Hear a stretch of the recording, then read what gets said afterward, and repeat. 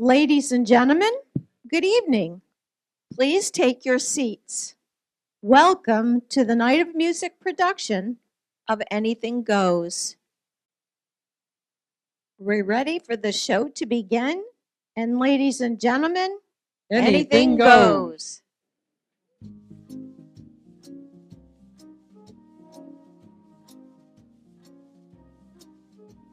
In olden days, a glimpse of stocking was looked on as something shocking.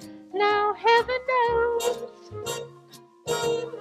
anything goes. Good authors too, who once knew better words, now only use four-letter words, writing prose. Anything goes. I got the beat. The world's gone mad today, and good's bad today, and black's white today, and day's night today, when most guys today take women prize today are just silly gigolos. So though I'm not a great romancer, I know that you're bound to answer when I propose. Yeah, anything goes. Olden days, a glimpse of stockings, and something shocking. Now Heaven knows. Anything goes. And good authors too, who once knew better words, now only use four-letter words, writing prose. Of anything goes. The world's gone mad today, and good's bad today, and black's white today, and day's night today, and those guys today, that women prize today are just silly gigolos. So though I'm not a great romancer, I know that you're bound to answer when I propose. Anything goes. May we say before the close into a close. We want you to know anything goes. Anything goes. Anything goes. Thank you.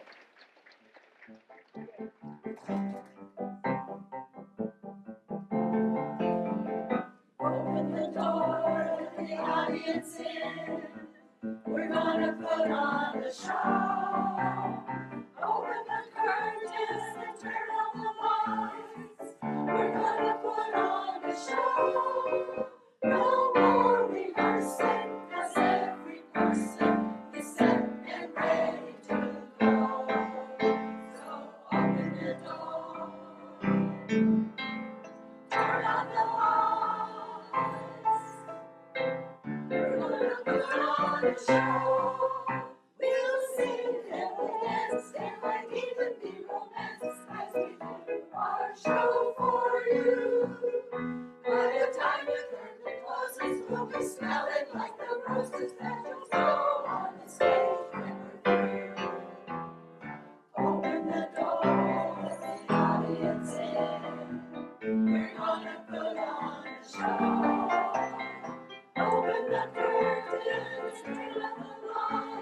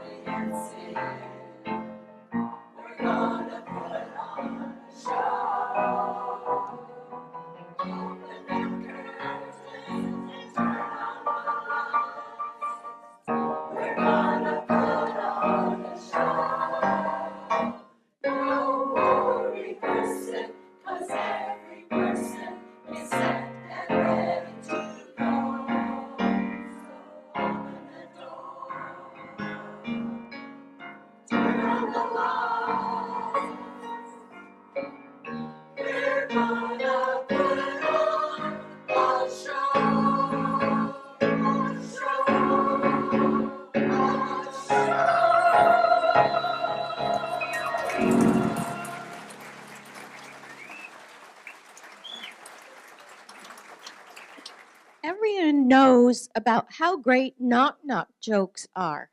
And tonight, we have some new ones for you.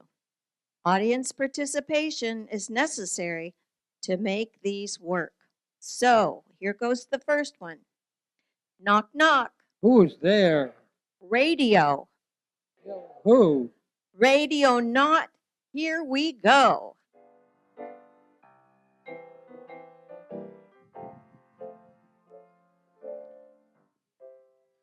Yeah, love and marriage goes together like a horse and. Oh, you thought I was going to sing. That's not going to happen. Relax, relax. But what I do want to talk about is really the progression that we have with the marriages that we've all experienced. Mine, 63 years, I think. I'll go with 63. One of the things that we wanted to do prior to our marriage, we needed to set some ground rules. I wanted to set some ground rules. One of the things was determined that I was not going to be found wandering around aimlessly in a grocery store as my wife pushed the cart around. Not me. Several years later, as we arrived at the cosmetic counter at Walmart, I asked my wife, "What are you doing?" She had this jar. She said, "This is cream that'll make me look beautiful." I said, "You know, if you'd have let me get that 6-pack of beer back there, it would have done the same thing and would have cost half as much." No, no, no, no. She said, "This is wrinkle cream." I said, "Wrinkle cream? You don't have wrinkles. But this wrinkle cream is guaranteed that I won't have wrinkles for the next 20 years. And I said, "Well, make sure you keep the receipt. Because in 20 years, I'm coming back and get my money." You know, as I say, it's a learning process. I learned after getting married, I didn't know anything. I didn't know how to dress. I didn't know stripes from plaids, and I didn't know anything. Colors, does this go with this? Does this go with that? I didn't know any of these things. In fact, one of the things I learned that you can actually sleep on 12 inches of a king-size mattress, but you can't roll over because there's this human body behind you that thinks you're a heating pad. I learned how to use a dishwasher. Simple enough. Strangely, you know, I never wash my car before I take it to the car wash, but now I have to wash the dishes before we put them in the dishwasher. And guys, if you don't know this, there's a special place for the utensils. Not only that, they have to be put in properly. There's no up and down. There's just the right way. I learned that a washing machine, when my mother had a washing machine, a big round tub, had a ringer on it. You remember those kinds of things. It's got all these knobs. It even has one for delicates. Do I look like I'm wearing anything that's delicate? I have no idea what all of these. There's hot and cold and pre, and I don't understand it all. But in any event, you'll learn these kinds of things. First year that we were married, there were a lot of new things. One of the things I discovered is I wanted a puppy. Yeah, first year marriage, wanting a puppy. Well, we got the puppy, brought it home from the shelter. I said, "I'll take care of it. It's my job." Well, as luck would have it, we soon found a present on the living room carpet. She came home and found that. I said, "I'm cleaning it up, cleaning it up." But she grabbed the puppy by the collar and she took it over and she put it into the crate. And she said, "That's one." Okay. Later, she came home and found a little puddle on the kitchen floor. I cleaned it up.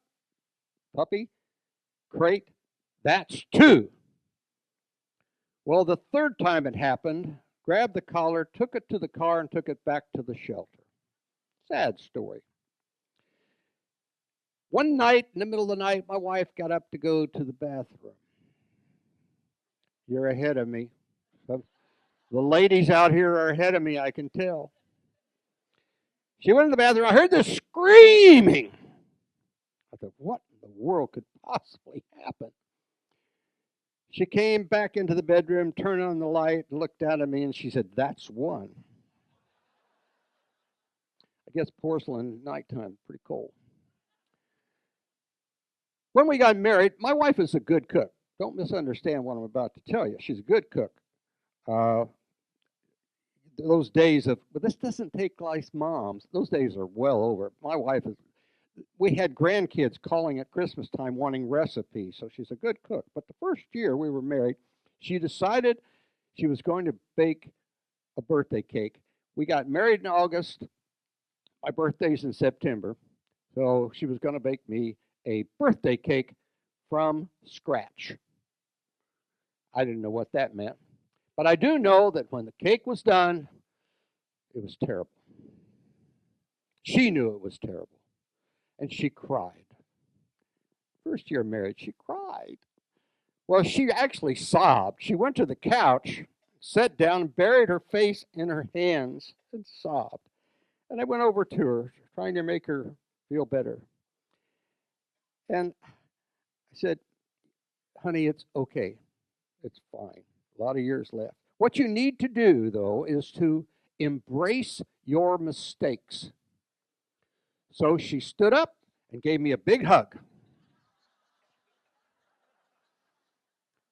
You know, when fellows get together, you get a group of guys together, we talk about a lot of things.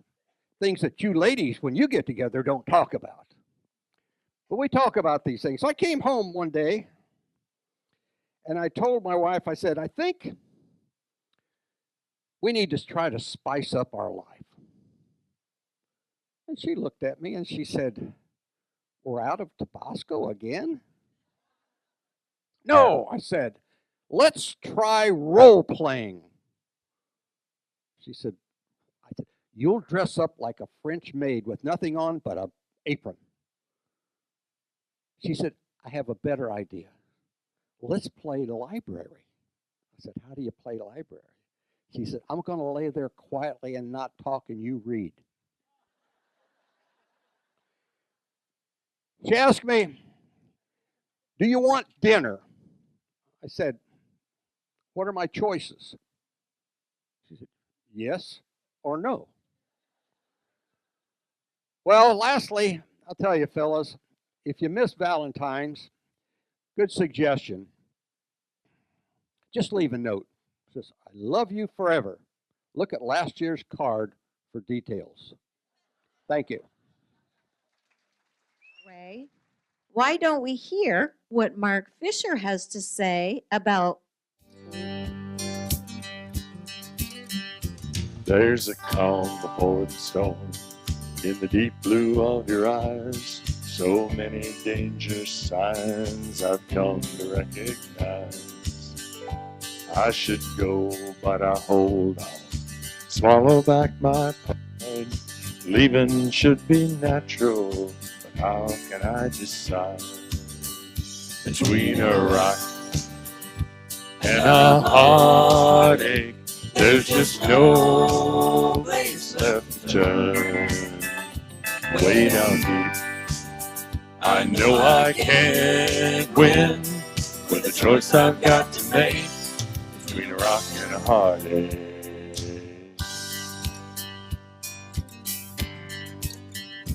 Every morning when I wake up, I rise to face the day. Swear this time it's over, there's nothing left to say. You call me up sweet talking, say can we be friends? Even though it's crazy, no, I'm trapped again. Between a rock and a heartache, there's just no place left to turn. Way down deep, I know I can't win with the choice I've got to make between a rock and a heartache. I look bed and all I see is bad news. It tears me up to know that I've got to choose between a rock and a heartache. There's just no place left to turn. Way down deep, way down deep. I know I can't win with the choice I've got to make between a rock and a heartache. Between a rock and a heartache, there's just no place left to turn. Way down deep, way down deep. I know I can't win with the choice I've got to make between a rock and a heartache. Between a rock and a heartache. Between a rock and a heartache. Thank you.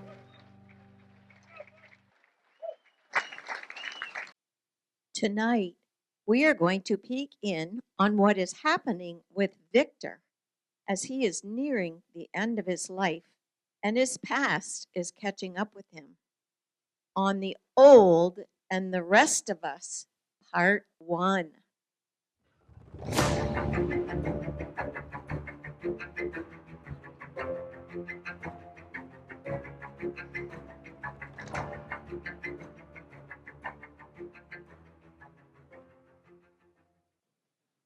Well, well, well. Will you just look at you? The years certainly have not been kind to you. Can you see me? Can you hear me? As your first wife, I spent many years right out of high school taking care of you, supporting you, and you promised me that heirloom brooch. And I want you to remember that because I spent many years with your mother telling me, Julia, do this, Julia, do that. Nothing was ever good enough. So I want you to remember that you promised me that brooch.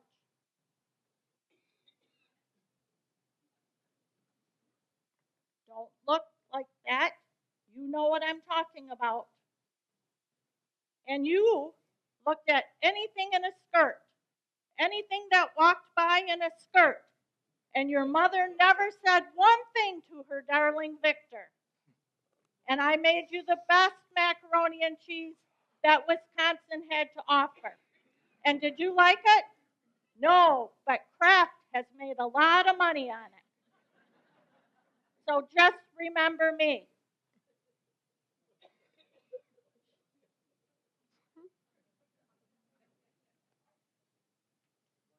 Victor, look at me. It's Nikki, wife number 2, 3, and 5. That deserves me something spectacular. I've earned it. And you promised me the brooch. Victor, I survived your empire, your temper, your endless wars, and again, I married you 3 times. I want the brooch.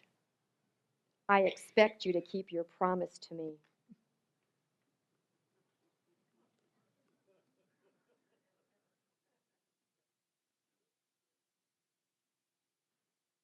Victor, it's been a long time, and I can't say the pleasure's mine, although it is very gratifying to see how life has brought you so low. It's Ashley, your 3rd wife, although technically ours was your 4th marriage since you couldn't make your mind up about Nikki. What, did she think you'd have a change of heart? What heart? What a tall tale you sold me about how life was rolling along and you wanted to leave a legacy. Well, Julia and Nikki didn't give you any children.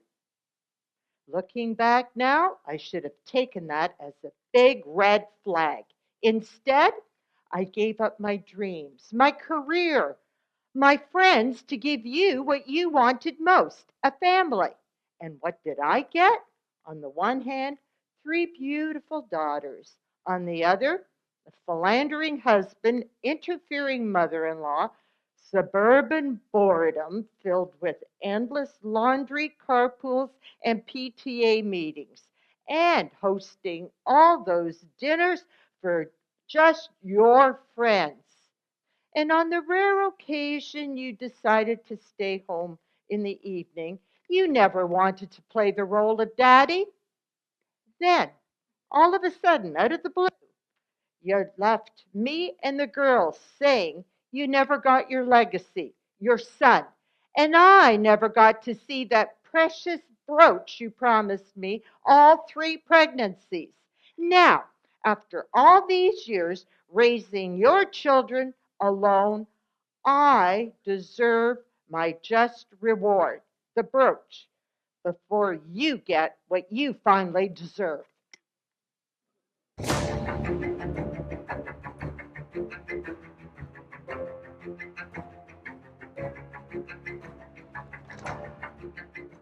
And now, for a change of pace, Mr. Darrell Urton singing The Farmer and the Lord.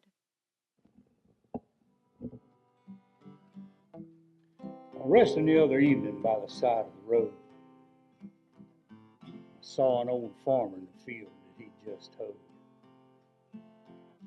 His face was all brown and wrinkled from the sun and the wind. And he was talking to the Lord just like you'd be talking to a friend. Well, sir, he said with his voice calm and quiet, them corn tassels need tying, Lord, and I got no strength to tie. Ain't had no rain in so long that the fields are mighty dusty. And it's been so unbearable hot that the kids are even getting fussy.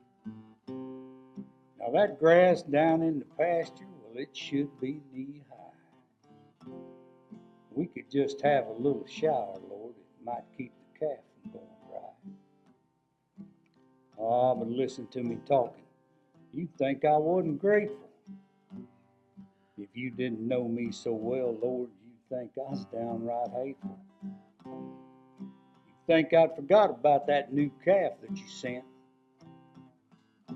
and the money in the mail that took care of the rent. Mama's cough's better and Johnny's home from the Navy. Ah, and that good Sunday dinner, Lord, of chicken and dumplings and gravy.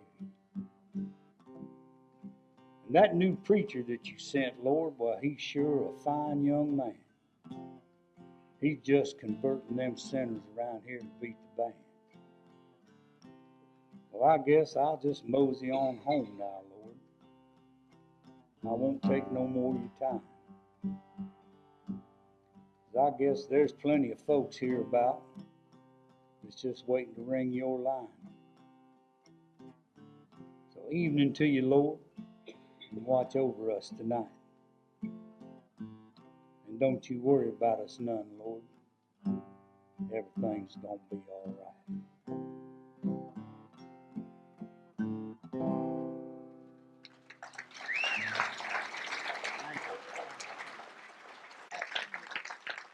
Ladies and gentlemen, please welcome Barbara Walters and her very special guest, the one and only Al April.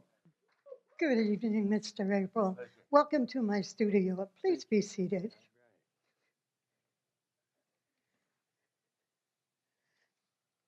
Let me begin, Mr. April, by thanking you from the bottom of my heart for spending a few minutes and telling us about your life story. I speak for my studio audience when I say this is a privilege we will probably never forget. So welcome. May I call you Al? Call me anything except late for dinner. So, sir, you are a man of great mystery who carries a persona of elusiveness. You have lived a life of great intrigue by the sounds of it. So, Mr. April, or Al, our studio audience wants to know the real Al April. So please tell us everything. What makes you tick? What makes me tick? Oh man, I'm sitting in front of the TV. A couple of years ago, I'm getting this pain in my chest. Keeps getting worse and worse and worse, and it's like someone putting a cigar out on my chest. I call 911. They're there in a minute. Memorial Hospital, bang, bang, boom. I get 3 stints and an ablation. Took a licking, but we're still ticking. That's wonderful to hear. All All right, right. now, As for me, please. okay. Alan Frederick April, born January 19th, 1939. Share that birth date with Robert E. Lee. Couple of losers. One was a real loser. The other guy was a soldier. But what keeps me ticking, though, is this my daughters. I have the 3 beautiful daughters. I never had a problem with those children. I can't believe it. You're going to have problems with your kids, right? Never had a problem. Don't tell Dad. That was the reason right there. I forget where we're at here. But anyway, born and raised Jackson, Michigan, home of the world's largest in-walled penitentiary. Every other home is a halfway house in my town. There's no hitchhiking. And I just read on the internet where Jackson, Michigan, in the state is rated number 7 as the places you don't want to move to. Got out of there, traded that in for paradise right here. Had this was a corporate dude for 23 years. Started out as a junior draftsman, ended up selling $10 million worth of Aeroquip products. But it was time for me to leave, formed my own company. Went to LA with my latest adventure. A couple of buddies they said, well, April, as long as you're out there, scope out the Comedy Store. Find out what that's all about. I knew it wasn't enough to just say, yeah, I went to the Comedy Store and saw Richard Pryor. That wasn't enough. So on my way out there, on the hope that maybe I could do something, I made up 6 minutes. And on Wednesdays, they hold out the hat, and you put your name in there, and they draw out a name that you can go up. Luckily, on that 3rd Wednesday, they drew my name out. I did my 6 minutes at the Comedy Store there on the Sunset Strip, and I said, when I walked out of there to standing ovation, I said, I got to do more of this. So I did 4,000 shows, coast to coast, border to border, Canada, Mexico, Caribbean. I became internationally unknown.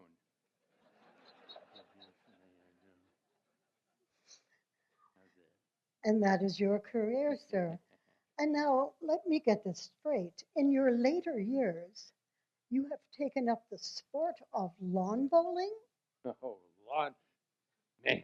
Man's obsession with the sphere, right? That's our first gift as a baby. You get a ball, but we hit it with bats and sticks and clubs and throw it through hoops and over nets. But this lawn ball, man, they set the little white ball out there, and you try and get your ball as close to that white ball as you can. You get 3 times, you get to roll it 3 times, 16 innings. So I'm thinking to myself, what is this? Who invented this ball? I mean, it's hard as a rock, weighs 3 pounds, lopsided. You try and throw this big testicle out on the lawn. Quite a game. And you've done pretty good this year, I have heard through the grapevine. I think it's all in the release. I don't know. I think women maybe have a little bit advantage. They do the sewing and all this neat stuff. You got to throw it just right to get it out there. Well, suffice to say, Mr. April, you have come full circle indeed. No, I haven't come full circle. Life is like a big pie, right? And we just keep taking slices out of our pie. I don't think it's a full slice. Maybe it's a half a slice. Maybe it's a sliver. I got some things I got to do yet. Okay.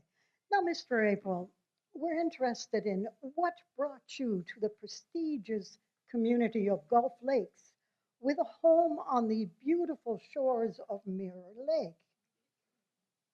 Wow. I first went swimming in Mirror Lake back in '70. I came down here to visit my parents. They had just moved in. And it is a beautiful, scenic, historic pond. There's no question about it. And numerous occasions, I would see 100 Canadian geese on the pond. And then when they put the wall up, they never came back. I never saw another one after they put the wall up. Good and it's bad. Now, at least, I don't have to watch where I walk, which is a pretty nice thing. But there is, I like the idea about being one with nature. Bare feet on the grass, I like that. But there's a history. There's a history to this pond out here. It goes way back. And it seems at the time there were warring Indian nations, and this was a no people. You couldn't get it. And there were these two young kids. They loved each other, but they were in opposite tribes. They sat at the end of the pond there, and they would sing out their Indian love calls in the evening. One evening, it got so strong that they jumped in the water and they started swimming toward each other. Oh, something happened. They drowned. And as a matter of fact, this before it became Mirror Lake, for years it was known as Lake Stupid. A lot of people don't know that. Well, I'm happy to hear it's gone back to Mirror Lake, of course. Well, Mr. April, it has been such a pleasure to meet with you this evening, and I'm sure my studio audience will agree that we've enjoyed hearing where you've come from and a few things about you. Do you have any other, or perhaps some further comments to our audience? A couple of things. I didn't really accomplish all of my goals, but I did have one neat thing happen. Back in 1980, they had a continental laugh off in Detroit. And the winner was going to get 4 trips back and forth between Cleveland and Detroit and $750. And I won the damn tournament. So here I would do the 4th, and it was great. It was so much fun. I had problems with the 3rd flight. It was rocky. It was jumping everyone. And I realized then it's hard to get a laugh from an audience who's afraid. It's a tough way to go. It's a tough way to go, but I was the world's first airline comic, and I wanted to mention one thing here. Laughs per minute is a very important thing in stand-up comedy. And 2 years ago, I did my autonyms thing, and we ran the tape on it, and gee, there were like 70 laughs in 7 minutes. So I had our chief guru, our technical guru, Keith Jackson, I had him put a chyron along the bottom with minutes and seconds. And there were places where there were 4, 5, 6 laughs per minute. But oh, in some places there were like 10, 11, 12, 13 laughs per minute. I'd never seen anything. So I sent that out on the internet to my Facebook friends and got good positive results. But Guinness doesn't even have a category for that yet. So when I become notified that I'm the world champion in laughs per minute in comedy, you folks are part of the whole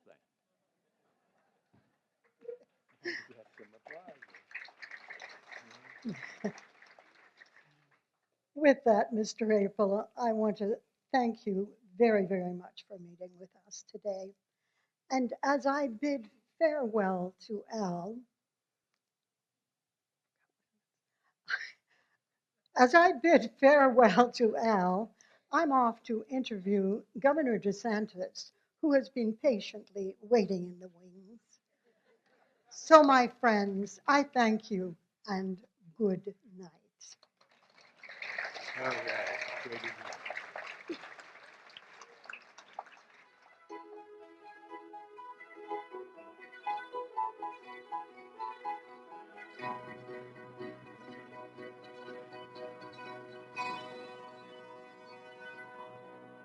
Get up now, get up now, get up out of bed. Wash your face, brush your teeth, comb your sleepy head. Here's your clothes, here's your shoes, hear the words I said. Get up now, get up and make your bed. Are you hot, are you cold, are you wearing that? Where's your books and your lunch and your homework at? Grab your coat and your hat and your gloves and scarf. Don't forget, you gotta feed the cat, eat your breakfast. The experts tell us it's the most important meal of all. Take your vitamins so you will grow up one day to be big and tall. Please remember the orthodontist will be seeing you at 3 today. Don't forget your piano lesson is this afternoon, so you must play. Don't shovel too slowly, but hurry. The bus is here. Be careful. Come back here. Did you wash behind your ears? Play outside. Don't be rough. Would you just play fair? Be polite. Make a friend. Don't forget to share. Work it out. Wait your turn. Never take a dare. Get along. Don't make me come down there. Clean your room, fold your clothes, put your stuff away, make your bed. Now, do we have all day? Were you born in a barn? Do you want some hay? Can you even hear the words I say? Answer the phone, get off the phone. No texting at the table, no more. Computer time tonight. Your iPod, my iPod, if you don't listen up. Are you going in with whom and what time do you think you're coming home? Saying thank you, please excuse me, makes you welcome everywhere you roam. You'll appreciate my wisdom someday when you're older and you're grown. Can't wait till you have a couple little children of your own. You'll thank me for the counsel I gave you so willingly, but right now I'll thank you not to roll your eyes at me. Close your mouth when you chew, we'd appreciate. Take a bite, maybe two, of the stuff you hate. Use your fork, do not burp, or I'll set you straight. Eat the food that I put on your plate. Get an A, get the door, don't get smart with me. Get a grip, get in here, and I'll count 2, 3. Get a job, get a life, get a PhD, get a dose. I don't care who started it. You're grounded until you're 36. Get your story straight and tell the truth for once, for heaven's sakes. And if all your friends jumped off a cliff, would you jump too? If I've said it once, I've said it at least 1,000 times before that you're too old to act this way. Must be your father's DNA. Look at me when I am talking, stand up straighter when you walk a place. For everything and everything must be in place. Stop crying or I'll give you something real to cry about. Wash your face, brush your teeth, get your PJs on, get in bed, give a hug, say a prayer with Mom. Don't forget, I love you. And tomorrow we will do this all again because a mom's work never ends. You don't need the reason why. Because. I said so, I said so, I said so. I'm the mom, the mom, the mom, the mom, the mom. Ta-da!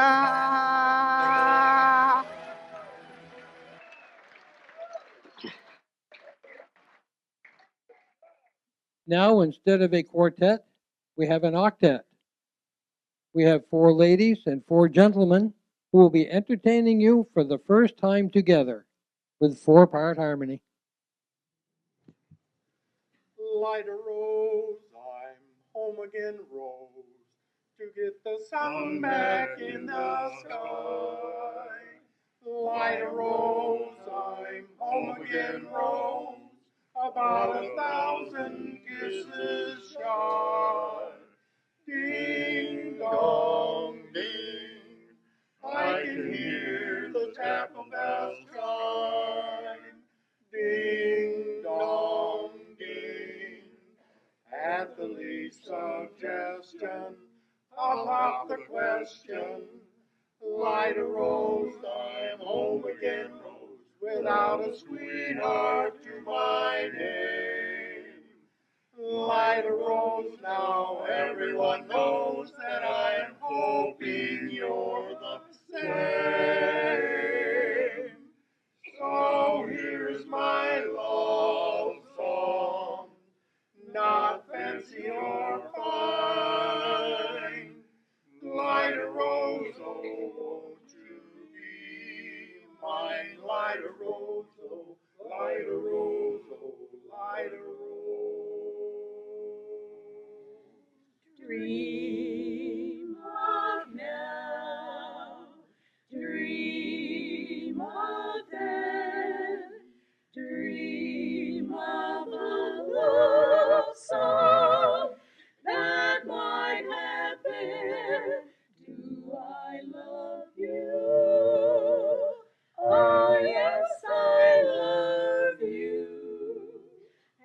bravely tell you, but only when we dream again.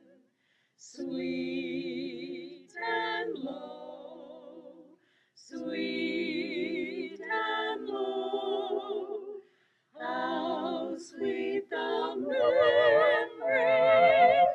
how long ago, forever, oh yes, forever, will I ever tell you? Oh, no. Light a rose, light a rose, light a rose, home again, get the sun back in the sky. Dream Light a of rose, a home again, love home so around the that thousand might have pieces been shine. my love. Ding dong, Oh, ding, yes, I I can hear the chapel bells bravely chime. tell you, but only when we dream again. About the questions, Sweet light a rose and and home again, low, without a sweetheart to light it. Light a rose down where it goes, and hoping you're not there. For here's my love song, not fancy or fine. Light a rose, won't you be mine? Light a rose, light a rose, light a rose.